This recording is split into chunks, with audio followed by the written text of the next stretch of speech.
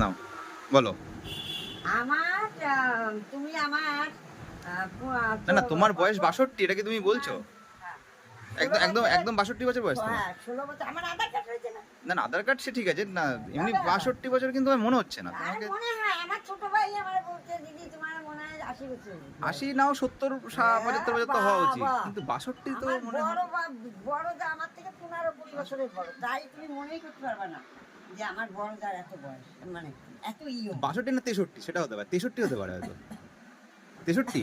আরে না 62?